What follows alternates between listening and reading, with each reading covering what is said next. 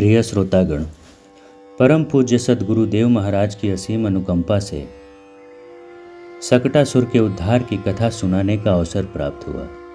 जय जय श्री श्यामा श्याम। भगवान नारायण देवर्षि नारद से कहते हैं, मैया यशोदा जब बाल कृष्ण को खाट पर या पालने में सुलाती है तो वे अब पीठ के बल ही नहीं लेटे रहते, अपितु पलटने लगे हैं। आज नंद महल में उत्सव मनाया जा रहा था। पूरे ब्रज के गोप गोपियों को इस उत्सव में भाग लेने हेतु आमंत्रित किया गया था। विद्वान से विद्वान ब्राह्मण भी आमंत्रित थे, जिन्हें श्री कृष्ण की मंगल कामना के लिए वैदिक स्तुतियों का उच्चारण करना था। यशोदा मैया अपने लाला कृष्ण को दूध पिला रही थी। तभी बारी बारी से सारे अतिथि पधारने लगे। गोप गोपियाँ, ब्राह्मण, बालक बालिकाएं, सबको आता देख यशोदा मैया ने बाल कृष्ण को दूध पिलाना छोड़ उन्हें पालने में लिटा दिया। स्वयं उठकर आगंतुकों को प्रणाम किया और सबके जलपान और सेवा में लग गई। इसी बीच मायापति श्री कृष्ण अपने चरणों को पालने में पटक पटक कर रोने लगे। उनके पास ही एक सकट अर्थात छकड़े पर दूध, दही, घी और विभिन्न द्रवों से भरा मटका रखा था। श्री कृष्ण के पैर पटकने से उनका पैर अचानक छकड़े से छू गया। फलस्वरूप वह छकड़ा चकनाचूर हो गया। छकड़े पर रखे सभी द्रव्य पृथ्वी पर गिरकर बिखर गए। इतना होते ही समीप ही उपस्थित गोपियाँ, गोप, ब्राह्मण, नंद बाबा तथा यशोदा मैया आश्चर्यचकित हो गए कि अचानक यह छकड़ा कैसे टूट गया। अब सारे लोग छकड़े के आसपास एकत्रित हो गए। सब एक दूसरे से बातें कर रहे थे और पूछे जा रहे थे कि आखिर छकड़ा टूटा कैसे। कुछ ग्वाल बाल, जिन्हें ये कार्य मिला था कि उन्हें बाल कृष्ण के पालने के आसपास ही रहना है एवं खेलना है, उन्होंने बताया, हमने देखा है, अपनी आंखों से देखा है, यह छकड़ा धीरे धीरे लुढ़कते हुए लाला के पालने के पास आया।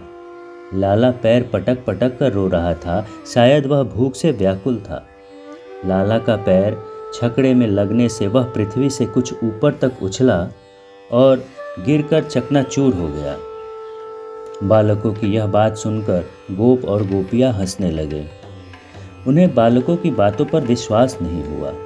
मैया यशोदा तो इस घटना से भयभीत थी कि अकस्मात यह घटना कैसे घटी।